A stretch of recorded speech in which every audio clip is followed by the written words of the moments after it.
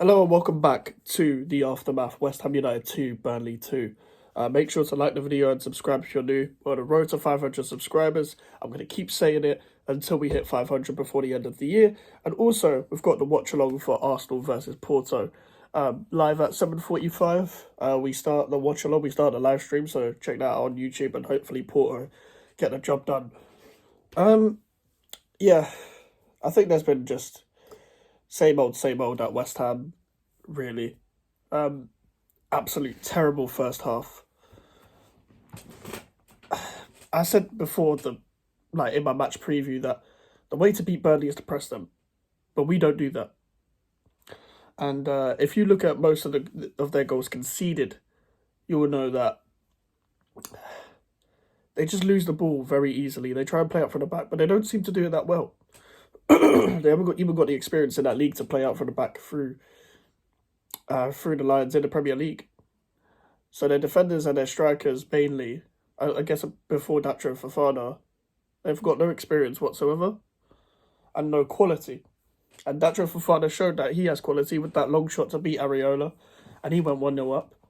The thing is, this happens all the time under David Moyes, is that you sit back, you go 1-0 down, now you can't sit back anymore. Now your press is so half-high, and now they're playing through you. So we made it look like that Burnley could actually play out from the back, when really James Trafford has had a terrible season. And we put no pressure on him in terms of his cross collection. We put no pressure on him in terms of his distribution. We didn't put any pressure on him in general. And I just didn't understand the logic in going into the game of still playing these three centre midfielders. Like, just straight centre midfielders, not even Paquetá in the middle. Like, we ended up going Kudus on the left in the end, and Kudus on the left might have to be the thing until the foreseeable future. I think for the rest of the season, it has to be Kudus on the left, Bowen on the right, Paquetá in the middle, Antonio up front, or Danny Ings. Moyes isn't going to do that. He's going to line up the exact same way against Freiburg. Maybe the only person he puts in with, in the lineup might be Calvin Phillips. But, excuse me. That's how Moyes works, and he's the only one fucking up his own job. Now, if you want to check out me replying to the media that's blindly defending David Moyes, you can check that out on my TikTok, because I do those videos sometimes, and if I see any today, I will make more videos about it. And this is all going into a Freiburg game where we have to get into them. We have to show our attacking talent. Now you can look at that both ways, yeah?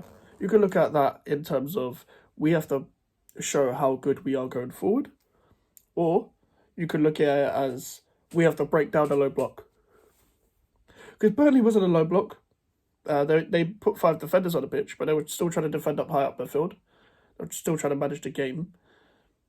And they were trying to hold on to their lives. Their management was more time-wasting, which is fair enough. By the way, I don't really go at teams for time-wasting. I go more at the referee for time-wasting, but I don't really go at referees on this channel. The reason why is because all referees are dog shit.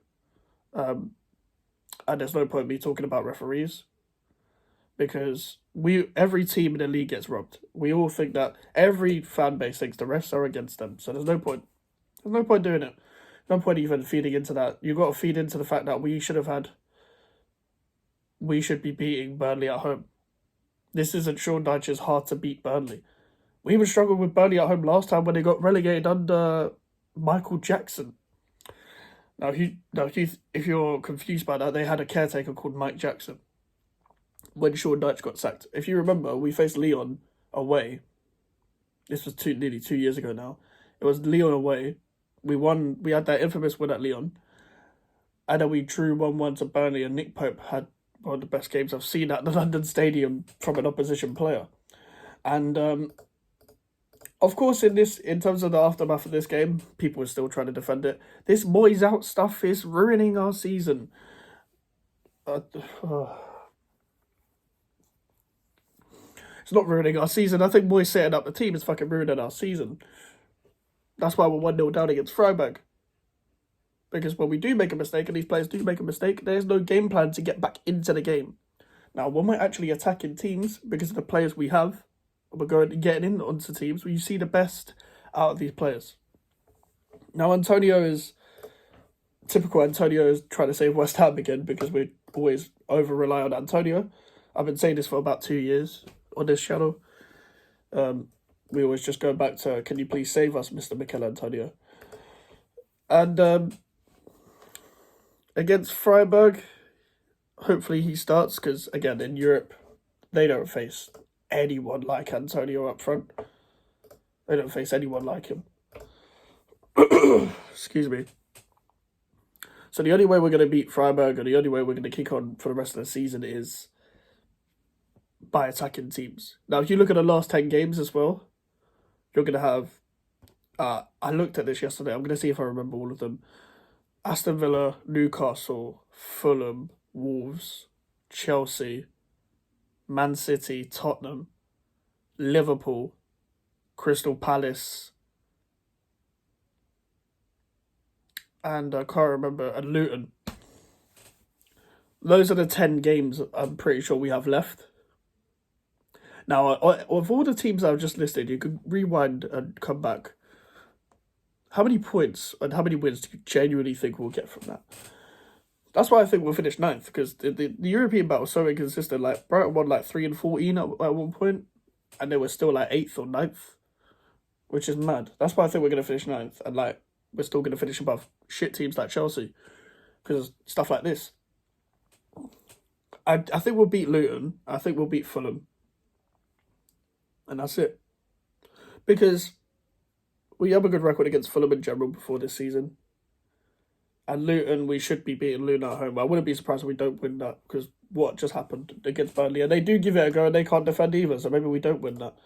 But Man City, like, even though Chelsea are shit, we don't have a good record at the bridge at all. Against Liverpool at home, when they're in a title race, that's not happening at the Etihad. A win is not happening there either. So I don't really see any sort of, like, going on a run. We had our chance to go on a run, and it was against teams that ended up beating us a lot. So it is what it is. But tomorrow, I'm going to bring you the Freiburg preview of the second leg, and then Thursday will obviously be the Freiburg match reaction. Friday will be, well, Friday or Saturday, depending on what happens, will be the Aston Villa preview. And then Sunday, Aston Villa match reaction, and then it's international break. So I'm going to see what videos I can do. I will try my best to put out videos during the international break, but it's going to be very hard to make videos because I don't like making videos on rumours. So we'll see what I can make videos on, but listen, thank you guys for watching. That is the aftermath of the Burnley game. Make sure to check out the watch-along coming up tonight, as I've already said. Road to 500 subscribers. Make sure to leave a like on the video. Social medias are in the description if you want to follow me, and an email for the inquiries. I'll see you guys later. Goodbye.